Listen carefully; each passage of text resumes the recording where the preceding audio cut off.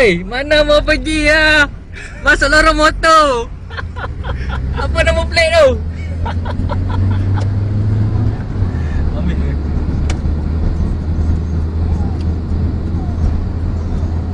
Mesti bengang budak-budak naik motor.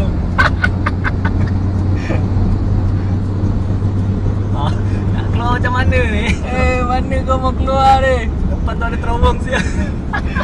Apa lu fikir?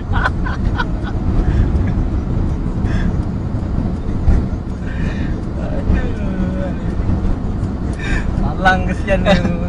Aduh, plate Johor pula tu. Dah. Dah mau pergi Johor Bahru lah.